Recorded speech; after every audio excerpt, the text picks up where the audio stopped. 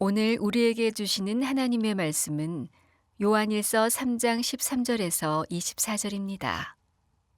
형제들아, 세상이 너희를 미워하여도 이상히 여기지 말라. 우리는 형제를 사랑함으로 사망에서 옮겨 생명으로 들어간 줄을 알거니와 사랑하지 아니하는 자는 사망에 머물러 있느니라. 그 형제를 미워하는 자마다 살인하는 자니 살인하는 자마다 영생이 그 속에 거하지 아니하는 것을 너희가 아는 바라. 그가 우리를 위하여 목숨을 버리셨으니 우리가 이로써 사랑을 알고 우리도 형제들을 위하여 목숨을 버리는 것이 마땅하니라. 누가 이 세상의 재물을 가지고 형제의 궁핍함을 보고도 도와줄 마음을 닫으면 하나님의 사랑이 어찌 그 속에 거하겠느냐. 자녀들아, 우리가 말과 혀로만 사랑하지 말고 행함과 진실함으로 하자. 이로써 우리가 진리에 속한 줄을 알고 또 우리 마음을 주 앞에서 굳세게 하리니 이는 우리 마음이 혹 우리를 책망할 일이 있어도 하나님은 우리 마음보다 크시고 모든 것을 아시기 때문이라. 사랑하는 자들아, 만일 우리 마음이 우리를 책망할 것이 없으면 하나님 앞에서 담대함을 얻고 무엇이든지 구하는 바를 그에게서 받나니 이는 우리가 그의 계명을 지키고 그 앞에서 기뻐하시는 것을 행함이라. 그의 계명은 이것이니 곧 그 아들 예수 그리스도의 이름을 믿고 그가 우리에게 주신 계명대로 서로 사랑할 것이니라. 그의 계명을 지키는 자는 주 안에 거하고 주는 그의 안에 거하시나니 우리에게 주신 성령으로 말미암아 그가 우리 안에 거하신 줄을 우리가 아느니라. 이는 살아계신 하나님의 말씀입니다. 아멘. 오늘 말씀의 제목은 사랑의 능력으로 책임지십시오. 오늘 사랑과 책임의 상관관계를 여러분들과 함께 나누려고 합니다. 이 말씀이 우리들에게 힘들 뿐만 아니라 우리를 참 불편하게 합니다. 서로 사랑하라, 사랑하라 이런 말씀이 계속되고 있습니다. 우리가 사랑을 모르는 것은 아니지만 사랑이라고 하는 말은 우리들에게 굉장히 부담스러운 말이기도 한 것 같습니다. 그런데 오늘 말씀의 시작이 더욱 우리를 힘들게 만듭니다. 13절에 이렇게 시작하고 있죠. 자, 여러분 성경을 펴고 표시할 부분은 표시하세요. 형제들아, 세상이 너희를 미워하여도 이상히 여기지 말라. 세상이 우리를 미워하는 것을 이상히 여기지 말라. 아무튼 사랑하는 것도 힘든데 말씀대로 살아가면 세상이 우리를 미워하게 될 수 있다는 거죠. 근데 이 말씀은 어디서 불쑥 툭 튀어나온 것이 아니라 사실 성경을 처음부터 우리들이 제대로 본질적으로 성경을 본다면 이 말씀은 끊임없이 흐르고 있는 중요한 맥 가운데 하나이기도 합니다. 누가복음 6장에 보면 예수님께서 처음 제자들을 만나시고 제자들에게 말씀하시고 십자가를 지시기로 작정하셨을 때 계속해서 하시는 말씀이 있어요. 6장 22절에 보니까 인자로 말미암아 사람들이 너희를 미워하며 멀리하고 욕하고 너희 이름을 악하다 하여 버릴 때에는 너희에게 복이 있도다. 오늘 본문 말씀보다 조금 더 지나친 말씀입니다. 미워하고 멀리하고 욕할 때 오히려 너희에게 복이 있다. 그러니까 예수님의 제자들이 예수님을 따라다니면서 생각했던 복, 그리고 우리가 하나님을 믿으면서 생각했던 이 복과 예수님이 복이 있다라고 하는 말씀이 조금은 틀린 것 같아요. 근데 성경은 끊임없이 이 복음의 메시지를, 복이 무엇인지를 말씀하고 있습니다. 베드로전서 2장 20절부터 21절에도 보세요. 죄가 있어 매를 맞고 참으면 무슨 칭찬이 있으리요. 그러나 선을 행함으로 고난을 받고 참으면 이는 하나님 앞에 아름다우니라. 아이고, 참 이게 비난받는 것도 힘든데 선을 행함으로 고난을 받고 참으면 이것이 아름답다 그랬어요. 그리고 이어서 나오는 말씀에 보니까 이를 위하여 너희가 부르심을 받았으니, 그러니까 우리들이 사랑을 행하고 선을 행함으로 비난을 받고 욕을 받는 그것을 위하여 우리들이 부르심을 받았고 그것이 아름답다. 이것이 복음의 메시지입니다. 그러니까 우리가 하나님을 믿기 때문에 세상으로부터 존경을 받을 수 있는 것은 아닌 것 같아요. 오히려 우리가 하나님을 믿는 것 때문에 세상으로부터 비난을 받을 수 있어요. 중요한 것은 그것이 무슨 어떤 비난이냐에 대한 문제이겠죠. 또 요한복음 16장 1절부터 2절까지에 보면 요한일서를 쓴 요한이 들었던 주님의 말씀이 나와 있어요. 1절과 2절, 내가 이것을 너희에게 이름은 너희로 실족하지 않게 하려 함이니 사람들이 너희를 출교할 뿐 아니라 때가 이르면 무릇 너희를 죽이는 자가 생각하기를 이것이 하나님을 섬기는 일이라 하리라. 믿음의 공동체 안에서 일어나는 일인데 주의 계명을 지키고 참 사랑을 행하고 살면 이 믿음의 공동체 안에서 우리를 쫓아낼 것이라는 거예요.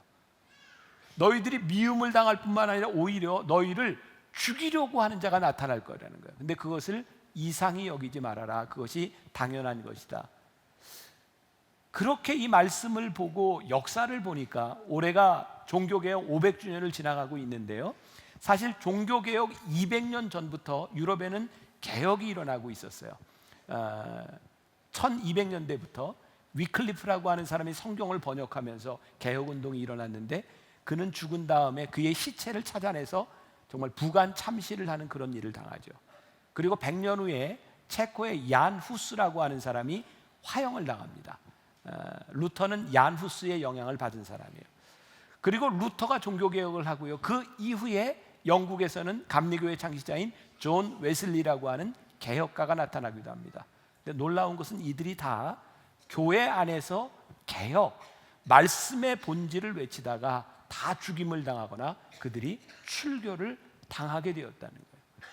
그런데 이를 위하여 우리가 부르심을 받았다. 이 말씀이 굉장히 힘든 말 아니에요? 여러분들이 오늘 어떤 의도로 여기에 나와서 예배를 드리고 있습니까? 여러분들이 바라는 것들이 참 많을 텐데 하나님이 우리를 부르신 본질적인 이유는 의와 사랑과 하나님의 뜻과 선을 행하도록 우리를 부르셨고, 그것으로 인하여 우리들이 고난을 당할 수도 있다. 이것이 오늘 말씀의 본질적인 부분이죠. 자, 우리가 왜 이 말씀이 힘든가요? 우리는 선행을 행하고 나면 그 선행에 대한 대가를 바랍니다. 내가 이만큼 행했으니 여기에 대한 이만큼의 보상과 칭찬이 왔으면 좋겠다고 생각하는 거죠. 근데 성경은 이것과 반대의 이야기를 하고 있어요. 너희가 선행을, 진짜 선행을 행한다면 너희들이 고난을 받을 수도 있다. 믿음은 행동이 증명한다라고 하는 책에 그런 이야기가 있어요. 제가 굉장히 인상적으로 들었는데, 우리가 세상에서요 좋은 일을 하면 칭찬을 받습니다. 그런데 예수님처럼 살면 십자가에 못 박힙니다. 예수님처럼 산다고 하는 것은 그렇게 쉬운 일이 아니고, 오늘 성경에서 이야기하고 있는 이 사랑이라고 하는 말, 우리들이 정말 많이 듣는 이 낭만적인 단어가 그렇게 낭만적이지 않은 거예요. 우리가 조금만 깊이 생각해봐도 사랑은 낭만보다는 아픔이 많은 것 같아요. 왜냐하면 내가 사랑하지 않았으면 내가 당하지 않아도 될 아픔을 우리는 당합니다. 내가 사랑하기 때문에 그것을 견뎌야만 합니다. 사랑은 단순히 낭만적인 단어가 아니라 사랑은 참 아픈 말이구나 라는 생각이 들기도 해요. 자, 오늘 본문 말씀 14, 15, 16절을 보니까 우리는 형제를 사랑함으로 사망에서 옮겨 생명으로 들어간 줄을 알거니와 사랑하지 아니하는 자는 사망에 머물러 있느니라. 그 형제를 미워하는 자마다 뭐예요? 살인하는 자니 살인하는 자마다 영생이 그 속에 거하지 아니하는 것을 너희가 아는 바라. 그가 우리를 위하여 목숨을 버리셨으니 우리가 이로써 사랑을 알고 우리도 형제들을 위하여 목숨을 버리는 것이 마땅하니라. 우리가 힘든 게 뭐냐면 이 마땅한 일이 힘들어요. 마땅한 일이 우리들에게 힘들다. 여러분, 세상은요 미워하기 때문에 살인을 해요. 결국 이게 사망에 이르게 되는 거예요. 근데 우리는 사랑함으로 사망에서 생명으로 옮겨졌고 사랑함으로 인하여 친구를 위해 목숨을 버려요. 자, 보세요. 세상은 미워함으로 살인을 하는데 우리는 사랑함으로 내 목숨을 내어줘요. 세상이 우리를 이해할 수 있겠습니까? 이건 완전히 다른 세계관에서 사는 거예요. 세상의 가치와 우리의 가치가 완전히 다른 곳에서 살아가기 때문에 우리들이 복음으로 말씀으로 살아가면 이 세상 가운데서 필연적으로 미움을 당하고 필연적으로 세상과 충돌하게 되어 있어요. 여러분들이 죄를 지어서 충돌하는 것이 아니라 말씀대로 복음으로 인하여 여러분들이 충돌하고 있다면 우리는 제대로 된 신앙생활을 하고 있는 거예요. 제가 오래전에 이 원고를 써놓고 이게 출처를 제가 기억을 못 하겠는데 어느 책에서 아마 제가 본 겁니다. 이런 이야기가 있어요. 어떤 사람에게 이웃에 있는 사람이 솥을 빌리러 왔습니다. 근데 이 사람이요, 솥을 빌리러 온 사람에게 이렇게 말을 하는 거예요. 전에 내가 자네 집에 솥을 빌리러 갔을 때 자네가 거절했지? 나 솥 빌려주지 않아. 이건 복수랍니다. 복수. 어떤 사람이 이웃집에 가서 솥을 빌리러 왔는데 이 사람이 이렇게 얘기합니다. 내가 전에 자네 집에 갔을 때 자네가 솥을 빌려주지 않았지? 근데 나는 자네에게 빌려줘. 가져가. 미움이랍니다. 탈무드에 나오는 이 이야기가 여기까지 끝나지만 여운처럼 남아있는데 그 다음 이야기를 하자면 이런 거라는 거예요. 솥을 빌리러 온 이웃에게 복수하지도 않고 미워하지도 않고 여기 있어, 자, 잘 쓰게 라고 빌려주는 것이 사랑입니다. 우리들의 모습을 보는 것 같아요. 우리는 가정에서 친지들끼리 혹은 교회 공동체에서 문제들이 있을 때 사랑하고 용서하고 품어주면서 이렇게 말을 하죠. 내가 주님의 사랑으로 다 용서하고 품어주고 내가 다 해결됐어. 그렇지만 이건 짚고 넘어가자. 자, 요거 내가 다 잊어버렸어. 우리의 마음 깊은 곳을 보니까 우리는 선행을 베풀면서도 우리 안에 독이 있어요. 미움이 있어요. 복수가 있어요. 우리가 베푼다고 생각하기 때문이죠. 내가 용서하기 때문이라고 생각하기 때문이죠. 그런데 오늘 말씀은 우리들에게 굉장히 중요한 말씀을 하고 있는데 우리가 하는 사랑, 우리가 받은 사랑은요, 하나님이 먼저 우리를 사랑하신 그 사랑으로 인하여 우리들이 하는 거예요. 자, 그러니까 예수님께서 우리들에게 가서 제자를 삼으라 라고 말씀하셨을 때 이것은 우리가 그 사람들에게 가서 구원을 만들어주는 것이 아니라 우리들이 받은 구원을 가지고 세상 사람들에게 알려주는 것이 제자를 삼는 거예요. 이미 우리들에게 이루어진 구원의 역사를 가지고 나가서 제자를 만든다고 하는 것은 그들에게 보여주는 겁니다. 우리는 빛이 아닙니다. 우리는 빛될 능력이 없습니다. 그러나 빛을 보여줄 수 있어요. 우리는 본질적으로 사랑이 아닙니다. 우리들에게는 사랑의 능력이 없습니다. 그런데 우리가 받은 사랑을 보여줄 수 있는 거예요. 우리는 생명이 아닙니다. 우리는 생명을 만들어내는 능력이 없습니다. 그러나 우리들이 얻은 생명이 무엇인지를 우리들이 알게 하는 겁니다. 그때 우리는 교만할 필요도 없고 우리는 그저 그렇게 하라는 것이죠. 자, 16절 말씀. 그가 우리를 위하여 목숨을 버리셨으니 우리가 이로써 사랑을 알고 우리도 형제들을 위하여 목숨을 버리는 것이 어떻게 해요? 마땅하니라.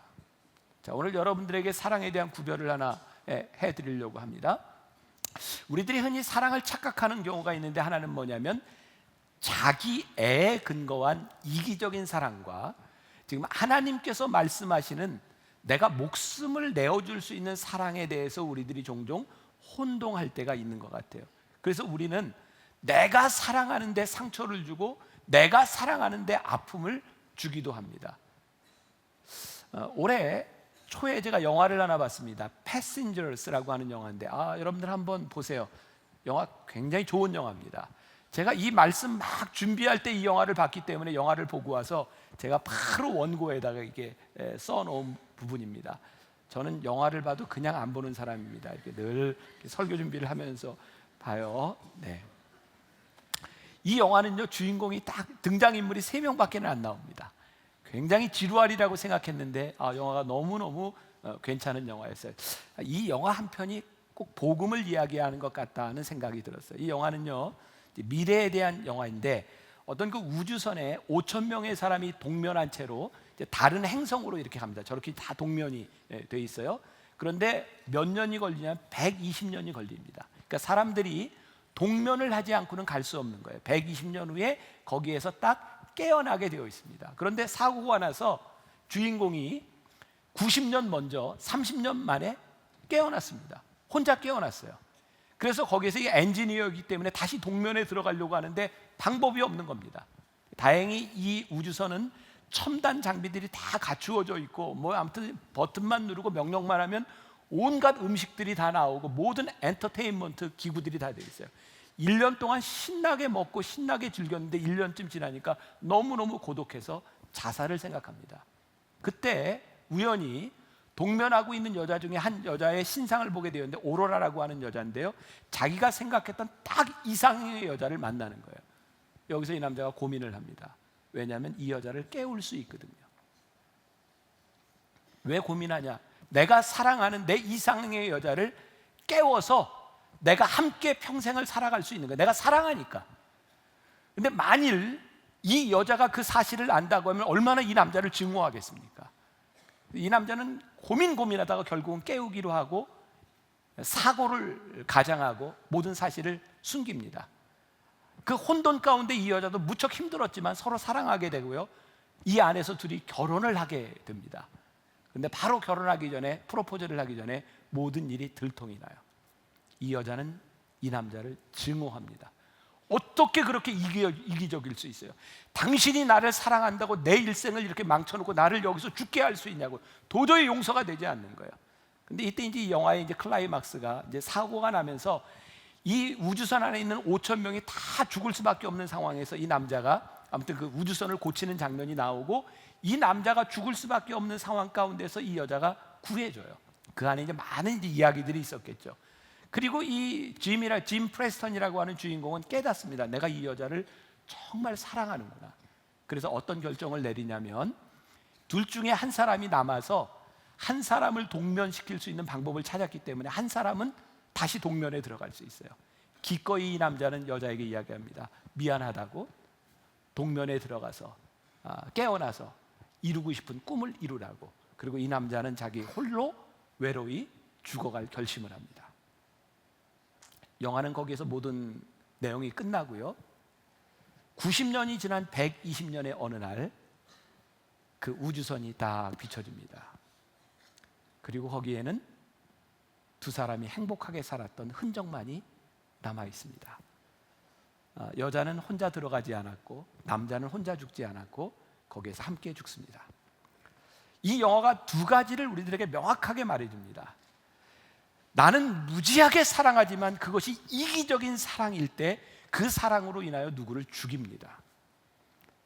그런데 내가 정말 사랑하면 그 사랑으로 인하여 내 목숨을 내놓습니다.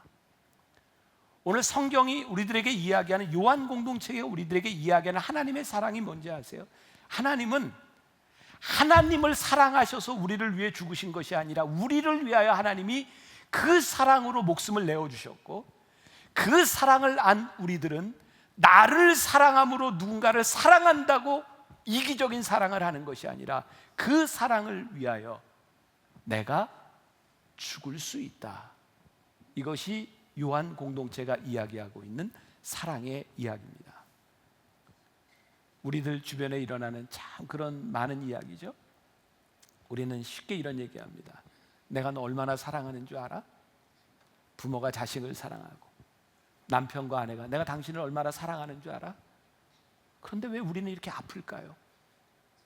왜 우리는 그 사랑으로 인해서 그렇게 힘들까요? 가만히 생각해 보니까 그 사랑이 얼마나 이기적인 자기 사랑인지 몰라요. 오늘 16절 말씀에 그가 우리를 위하여 목숨을 버리셨으니 우리가 이로써 사랑을 알고 우리도 형제들을 위하여 목숨을 버리는 것이 마땅하니라. 그리고 오늘 요한은 이 사랑을 말로만 하지 말고 행함과 진실함으로 하자고 말을 하고 있어요. 자, 자, 17절부터 19절까지 우리 같이 한번 봉독해 봅니다. 자, 이제 졸릴 타이밍이 됐으니까 소리를 내서 같이 보세요. 시작. 누가 이 세상의 재물을 가지고 형제의 궁핍함을 보고도 도와줄 마음을 닫으면 하나님의 사랑이 어찌 그 속에 거하겠느냐? 자녀들아, 우리가 말과 혀로만 사랑하지 말고 행함과 진실함으로 하자. 이로써 우리가 진리에 속한 줄을 알고 또 우리 마음을 주 앞에서 굳세게 하리라. 자, 이 말씀을 우리가 상상력을 가지고 성경을 보자 그랬죠. 요한 공동체에 요한이 고민하는 게 뭐였을까요? 그들이 사랑을 모르는 게 아니에요. 사랑에 대한 이야기를 너무너무 많이 들었는데 요한이 이야기를 하는 이유는 그들이 사랑을 이야기하지만 그들이 말로만 하는 거예요. 그들에게 행함이 없는 거예요. 오늘 우리들에게 동일하게 적용되는 이제 교회 예배 시간만큼 사랑을 많이 얘기하는 데가 있을까요? 은혜를 이렇게 많이 얘기하는 데가 있을까요? 그런데 동일한 문제를 가지고 있는 거죠. 말씀을 준비하며 이렇게 본 책 중에 존 맥스웰이라고 하는 사람이 쓴 열매 맺는 지도자라는 책이 있습니다. 거기서 존 맥스웰은 리더십 전문가거든요. 교회 성장에 강의를 하는 사람입니다. 한 번은 목회자들을 이렇게 다 모아놓고 강의를 하면서 목회자들에게 이렇게 얘기를 했답니다. 여러분들이 원하는, 여러분들이 알고 있는 교회를 성장시키는 방법을 아는 대로 적어보세요. 20분 시간을 드립니다. 그러니까 모든 목회자들이라면 교회 성장에 대한 꿈을 가지고 있겠죠. 그리고 20분이 지나서 사람들이 다 썼는데요, 놀랍게도 그 사람들은 교회 성장에 대한 방법론을 다 알고 있는 거예요. 존 맥스웰이 이렇게 이야기를 합니다. 여러분, 문제는 여러분들이 방법을 모르는 것이 아니라 여러분들이 그 값을 지불하지 않고 살아간다는 겁니다. 오늘 사랑에 대한 이야기, 오늘 요한 공동체가 이야기하는 것, 우리들이 사랑을 모르는 것이 아니라 그 사랑에 대한 대가를 지불하지 않고, 자녀들아, 우리가 말과 혀로만 사랑하지 말자. 우리들이 감정적인 차원에 머물러서 우리들이 그거 하고 있지 않다는 거예요. 자, 이거 우리들에게 너무너무 힘든 이야기입니다. 우리가 해야 되고 알아야 되는 것들을 우리들이 행동으로 옮긴다는 것이 얼마나 힘든 일인지를 압니다. 제가 오늘 말씀을 시작하기 전에 여러분들에게 추수감사절에 대한 이야기를 했어요. 제가 잘못 가르치고 있다라고 생각했던 것 중에 하나가, 여러분들 감사하세요, 감사하세요, 참 많이 하는 이야기거든요. 감사에는요, 우리들의 희생이 따르는 겁니다. 우리의 감사로 인하여 누군가에게 그 감사가 흘러 넘쳐가야 되는 거예요. 저희 만나교회에서 10여 년 전에 그 과일 나누기를 시작할 때요, 제가 우리 부목사님들하고 의논을 했어요. 우리가 이번 추수감사절부터는 한번 과일 나누는 걸 해봐야 되겠다. 그랬더니 저에게 이렇게 얘기하더라고요. 목사님, 안 됩니다.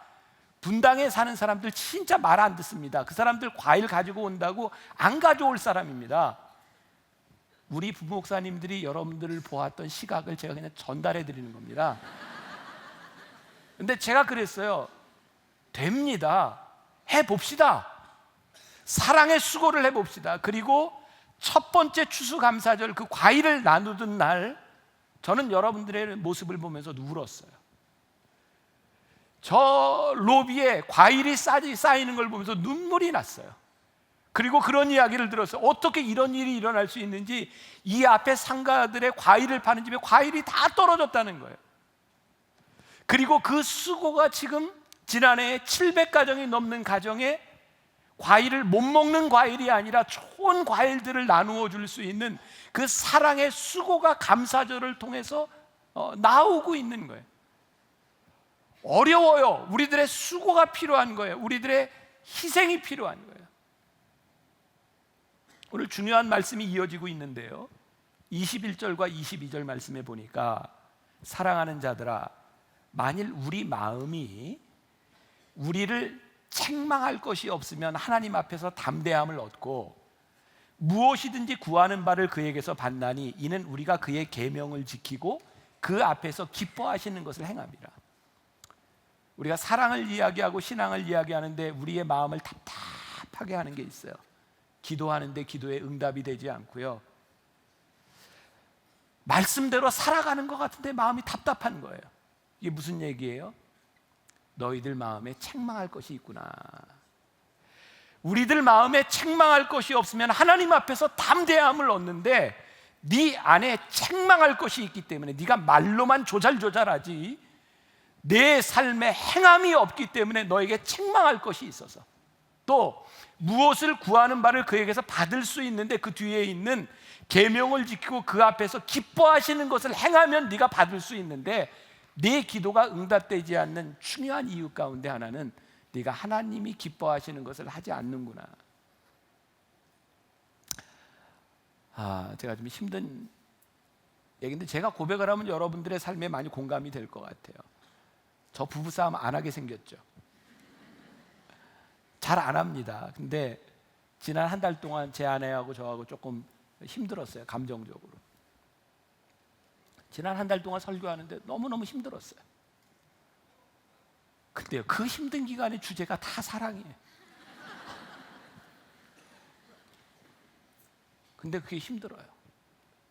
근데 뭐 큰 문제가 있거나 이런 게 아니에요. 감정에 대한 문제인 거예요. 제 아내가 눈치를 챘는지 안 챘는지 모르지만 이 문제를 해결하지 않으면 안 되겠더라고요. 어제 결혼식 주례를 하면서 제 아내도 참석을 했더라고요. 신랑 신부에게 이렇게 얘기를 하면서 나도 결혼한 지 30년이 됐는데 내가 다른 건 모르지만 지금까지 살아오는 동안 내 아내가 나와 함께하고 내 좋은 배필이 되어준 거에 대해서 너무너무 감사하다고. 모르겠어요. 눈치를 챘는지 못 챘는지. 그거 해결하지 않으면 내 안에 뭔가 꽉 막혀 있는 거죠. 이 문제뿐만 아니라 여러분들이 하나님 앞에 책망할 일을 가지고, 우리들이 해결하지 못한 문제를 가지고, 우리들이 하나님 앞에 담대하게 서지 못할 모습을 가지고 무엇을 이야기해도 이것이 우리를 답답하게 하고 하나님이 기뻐하시지 않는다는 것을 우리들이 알아요. 우리가 사랑한다고 하지만 그 사랑이 나타나지 않는 이유는 우리들이 하나님 앞에 담대하게 설 수 있는 자격이 되어 있지 않기 때문일 거예요. 22절에 무엇이든지 구하는 바를 그에게서 받나니 이는 우리가 그의 계명을 지키고 그 앞에서 기뻐하시는 것을 행함이라. 우리가 하나님 앞에 서면 비로소 우리들이 올바른 것을 행해요. 우리는 뭐든지 할 수 있어요. 사랑은 이기적인 것이 아니고 일방적인 것이 아니고 하나님 앞에 서서 우리를 보는 거예요. A.W. 토저가 하나님을 향한 열정이라는 책에서 진짜 정말 중요한, 정말 저는 이 글을 보면서 정말 너무너무 제가 감동을 받았던 구절인데, 이런 글이에요. 내 기도를 인내해주는 길잡이는 하나님이 선하신 분이라는 인식이다. 우리가 깨달아야 할 것은 그분이 원하지 않는 것을 행하시도록 그분을 설득할 필요가 없다는 것이다. 기도회 때 사람들이 드리는 기도들을 들어보라. 그분을 설득할 수 있다고 믿는 사람들이 있다는 걸 알게 될 것이다. 이런 사람들의 생각은 완전히 잘못되었다.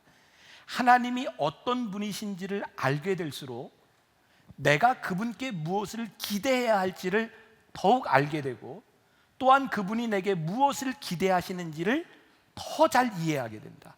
그분과 나 사이의 기대는 일방통행이 아니라 양방통행이다. 우리의 기도를 한번 생각해 보세요. 우린 진짜 하나님을 많이 이렇게 설득하려고 하지 않았어요? 우리는 그게 진짜 멋진 기도고 치열한 기도라고 생각하지 않았어요? 근데 우리가 하나님을 알면 하나님을 설득하는 기도를 할 필요가 없어요. 왜? 하나님은 선하신 분이고 하나님의 뜻을 우리들이 알기 때문에, 하나님을 우리가 알기 때문에 그분이 원하시는 것을 우리들이 구하며, 이것이 일방적인 것이 아니라 하나님이 우리를 알고 우리가 하나님을 알기 때문에 우리의 기도가 하나님과의 교제 속에 들어가는 거예요. 요한이 이 요한일서를 통해서 끊임없이 하나님과의 교제라고 하는 것, 이것은 일방적인 것이 아니라 우리가 하나님을 알므로, 하나님이 우리를 알므로 그 교제 속에 들어가는 거예요. 이때 우리가 담대히 하나님 앞에 나아갈 수 있어요. 사랑이란 오늘 본문 23절에 보니까 오늘 주제 말씀일 것 같아요. 그의 계명은 이것이니 곧 그 아들 예수 그리스도의 이름을 믿고 그가 우리에게 주신 계명대로 서로 사랑할 것이니라. 자, 다른 게 아니에요. 그 예수 그리스도의 사랑을 알고 그분이 우리들에게 주신 그 계명 그대로 서로 사랑하라. 토 달지 말라는 거예요.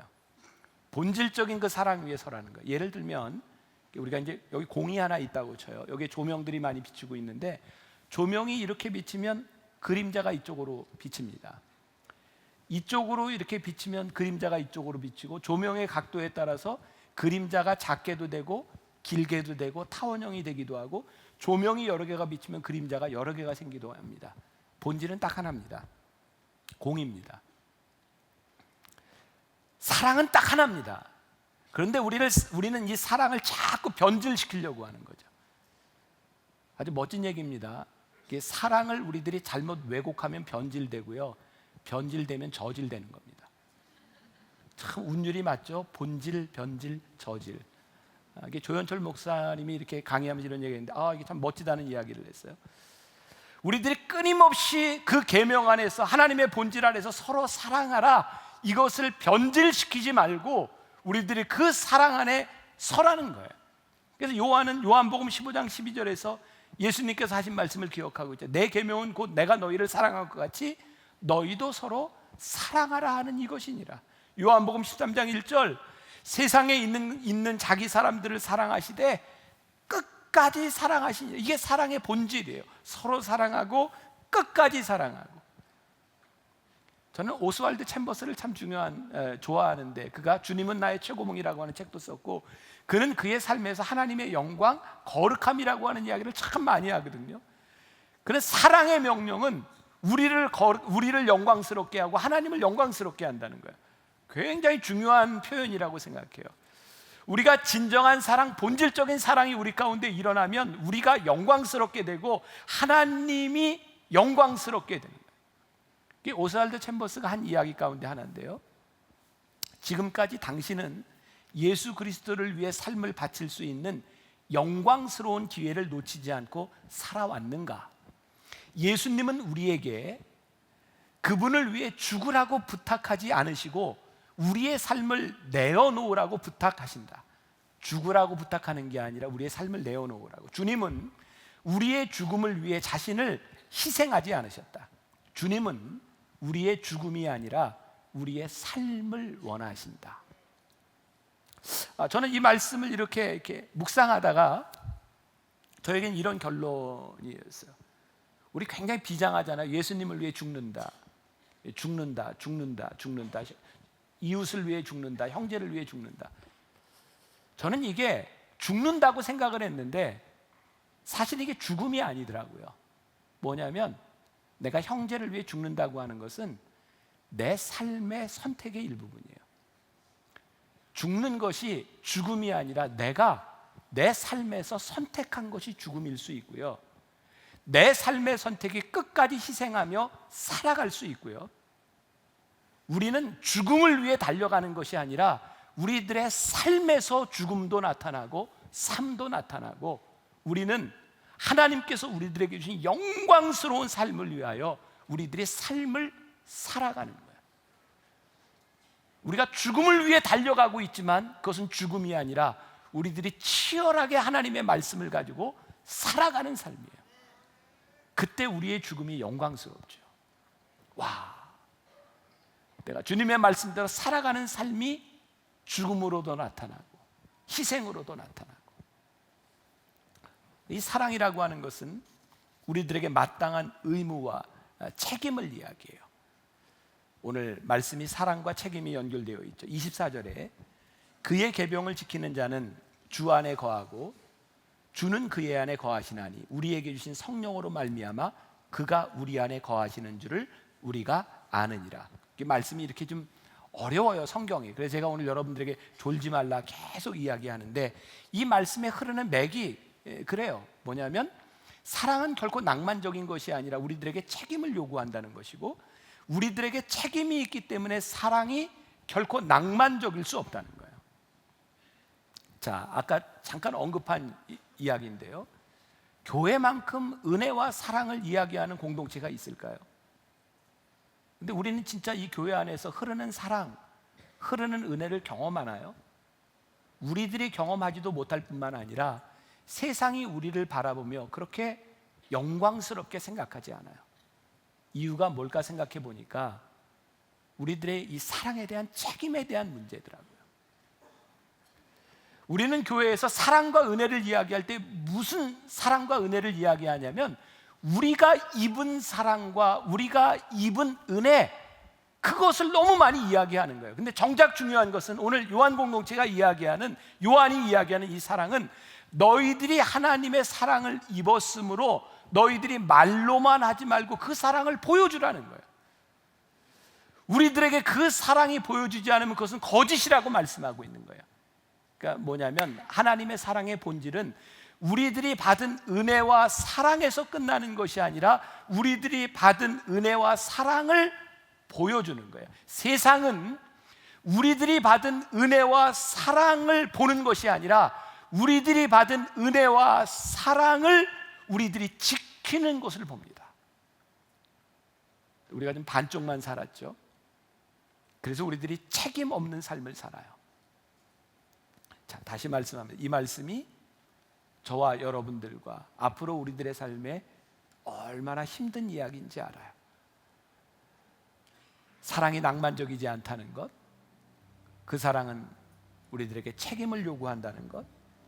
근데 놀라운 것은 우리들이 이를 위하여, 때로 우리들이 하나님의 말씀대로 살아가기 위해 고난을 받으며 우리들이 살아가고 있지만 우리들이 이를 위하여 부르심을 받았는데 진짜 중요한 것은 그것이 영광스럽다는 거예요.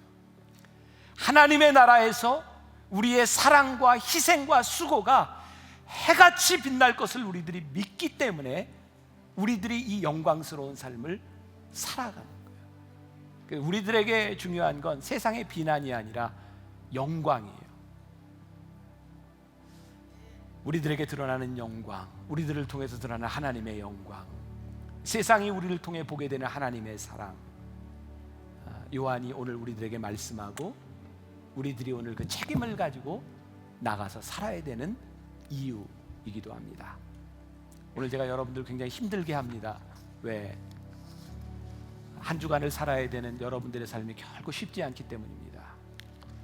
그러나 우리들의 희생과 사랑, 우리의 책임이 하늘에서 해같이 빛남을 우리들이 믿으며 한 주간을 여러분들이 승리합시다. 말과 혀로만 사랑하는 것이 아니라 우리들의 사랑이 드러날 수 있도록 한 주간을 승리하는 여러분들이 되시기를 주님의 이름으로 간절히 축원합니다. 우리 같이 찬양하겠습니다. 당신의 그 섬김이 천국에서 해같이 빛나리, 당신의 그 겸손이 천국에서 해같이 빛나리, 당신의 그 믿음이 천국에서 해같이 빛나리, 당신의 그 충성이 천국에서 해같이 빛나리.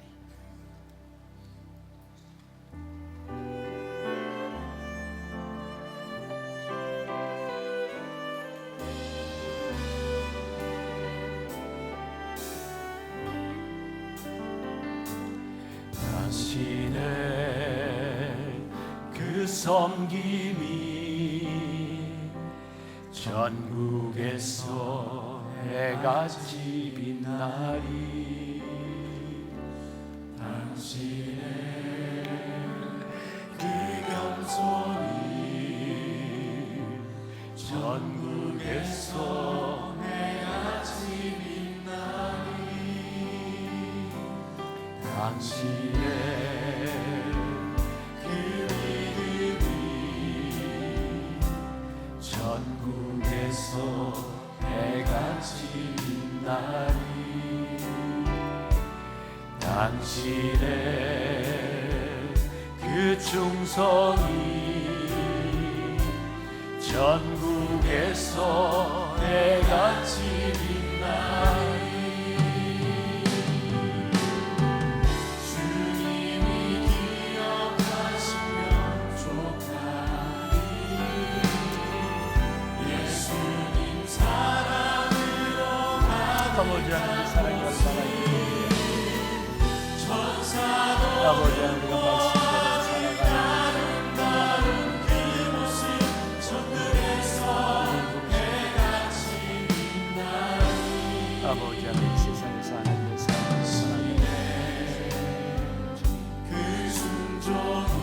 아버지 하나 오늘 예배하는 하나님의 사람들을 기억하시옵소서.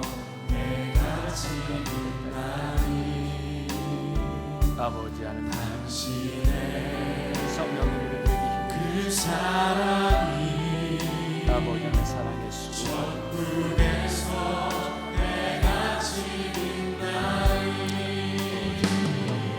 당신의 성령님 그 찬송이 아버지 하나님 앞에 기도하는 천국에서 내가 지린다니 당신의 그 헌신이 천국에서 내가 지린다니 우리 함께 일어나 찬양하겠습니다. 주님이 기억하시면 좋다니 예수님 사랑으로 가득한 곳을 전사도 응모하는 아름다운 그곳을 전국에서 애가 지린다 주님이 기억하시면 좋하니 주님이 기억하시면 좋하니 예수님 사랑으로 가득한 곳을 전사도 응모하는 아름다운 그곳을 전국에서 해가 지니 마지막으로 한 번 더 주님이 기억하시면 주님이 기억하시면 좋하니 예수님 사랑으로 가득한 곳을 전사로 응모하는 아름다운 그곳을 전국에서 해가 지린다니 하나님 그 사랑이 얼마나 힘들고 버거운지 우리가 압니다. 우리가 그동안 사랑한다고 했던 것이 참 많이 이기적이었던 것도 또 때로는 우리가 말과 혀로만 사랑했던 것도 우리는 너무나 잘 압니다. 우리는 이 세상에서 누군가를 사랑하면 그만큼의 대가가 우리들에게 있어야 할 줄 알았습니다. 하나님은 오늘 우리들에게 그것으로 족하다 말씀하십니다. 하나님이 우리를 사랑하셨던 것처럼 우리를 위해 목숨을 버리셨던 것처럼 너희도 그렇게 사랑하는 것이 마땅하다 말씀하십니다. 하나님 참 힘이 듭니다. 버겁습니다. 그래서 하나님의 도우심을 구하고 하나님의 인도하심을 구합니다. 하나님 우리가 이 세상으로 나갑니다. 하나님의 영광이 드러나도록 우리의 삶이 하나님 앞에 영광스러울 수 있도록 그렇게 한 주간을 살아가다가 다시 만날 수 있게 하여 주옵시고 우리의 능력이 아닌 하나님의 능력임을 고백하며 하나님 도와주세요. 하나님 우리와 함께 해주세요. 우리를 붙잡아 주세요. 그렇게 하나님께 간구하며 기도하며 한 주간을 승리할 수 있는 주의 백성들이 되게 하여 주옵소서. 오늘도 하나님 앞에 드려진 귀한 예물들이 있습니다. 하나님 축복하시고 또 한 해를 지나며 우리들에게 축복하신 하나님의 은혜를 기억하며 다음 주에 추수감사절을 지나게 될 텐데 우리의 수고와 우리의 헌신으로 인하여 그 감사절이 복되게 하나님 앞에 잘 쓰임받을 수 있도록 축복하여 주옵소서. 지금은 우리 주 예수 그리스도의 은혜와 하나님 아버지의 무한하신 사랑과 성령의 인도하심이 사랑의 능력으로 우리들에게 주어진 책임 할 수 있음을 믿으며 하나님을 의지하며 나가는 당신의 사랑하는 모든 백성들 위해 지금부터 영원까지 함께 하시기를 간절히 축원하옵나이다. 아멘.